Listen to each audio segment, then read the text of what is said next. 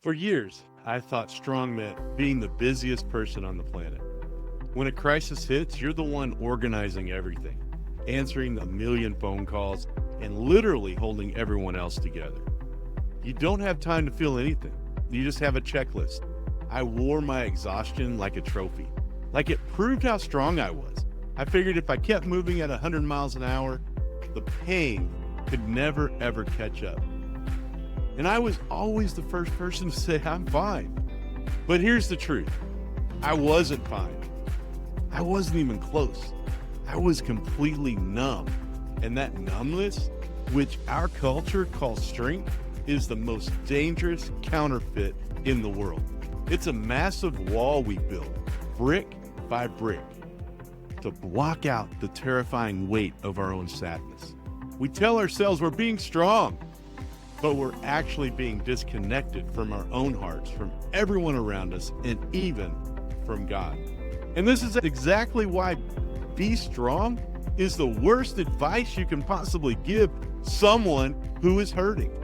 It's a conversation killer. It's a secret command to hide your pain, to shove your grief in a box, and pretend you're okay when you're absolutely not okay.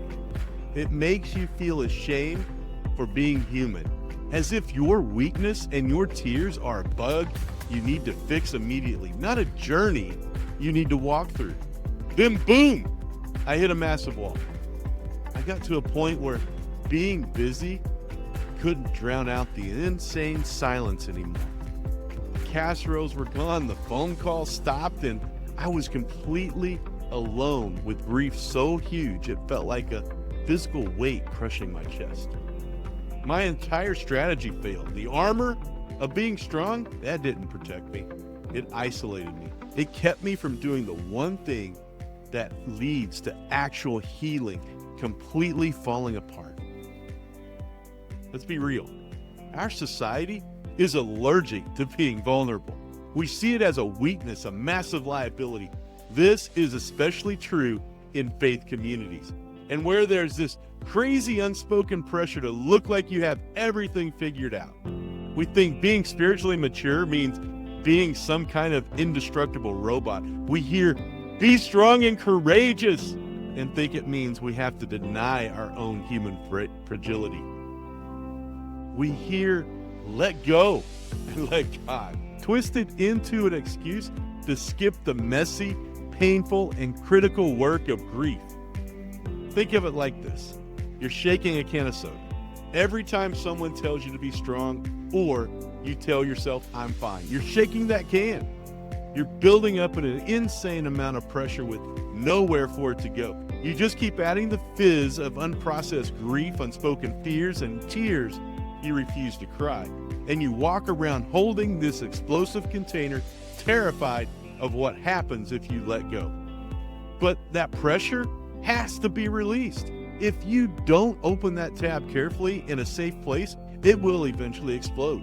That explosion is always more destructive, happening at the worst possible time and causing insane collateral damage to our relationships, our health, and our faith. Here's the deal. You can't selectively numb your emotions. It's impossible. When you numb the pain, you automatically numb the joy. When you refuse to feel sorrow, you cut yourself off from ever feeling real connection and happiness. Pretending to be strong leads to a gray, boring, muted life.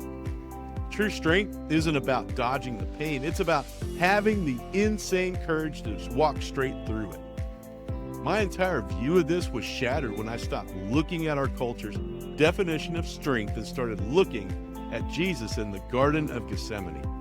If anyone in history had the right to be strong, it was him. And in the hours before his crucifixion, we don't see some stoic, unflinching hero. We see a man who is completely and utterly wrecked by sorrow.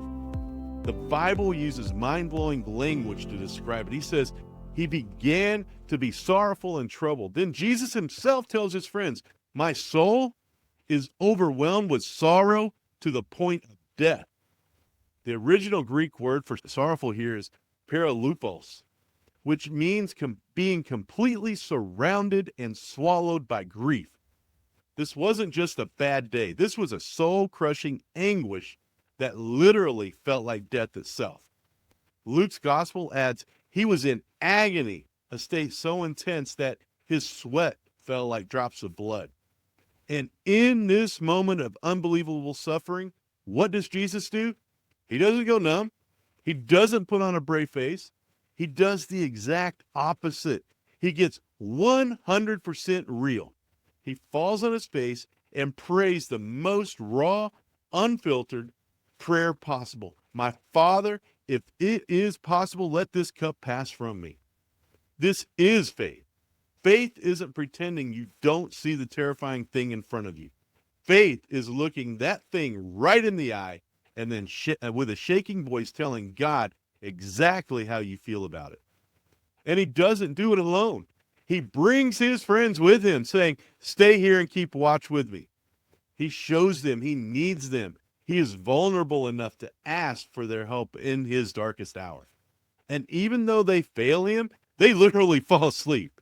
His desire for community reveals a massive truth. We were never meant to face our gardens of agony by ourselves. This is what I call the Gethsemane Principle. Holiness isn't being numb. It's being real enough to admit you're overwhelmed. Spiritual strength is not the absence of pain or doubt.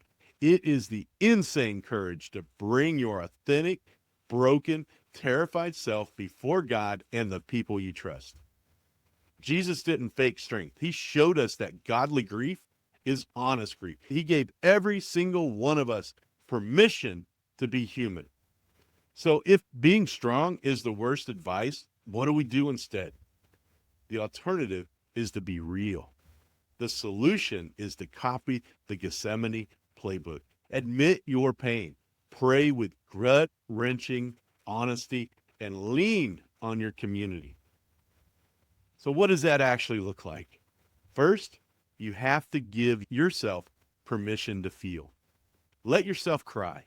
Step away from the busyness and create quiet moments where your sadness can actually be heard. Admitting your pain is the first step to healing it.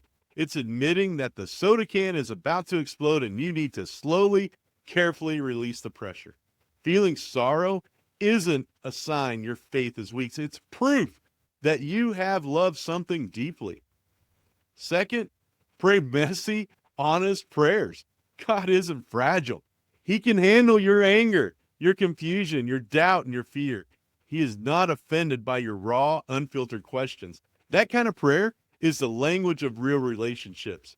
Just look at the Psalms. Those guys were screaming, "How long, O Lord?" all the time. Praying like Jesus in the garden, "I don't want this, but I trust you," is an incredible act of surrender. And surrender isn't about giving up, it's about giving it over. It's actively trusting that even when you can't see the path forward, God is with you in the darkness. Third, risk being vulnerable with other people. This is the ultimate challenge. Pick up the phone and tell a trusted friend, "I'm not okay." Find a support group or a counselor where you can share your story without being judged. Jesus asked his friends to sit with him in his pain. Just being present for each other is one of the most powerful things we can do. We are not designed to carry these massive burdens alone. This is the huge paradigm shift.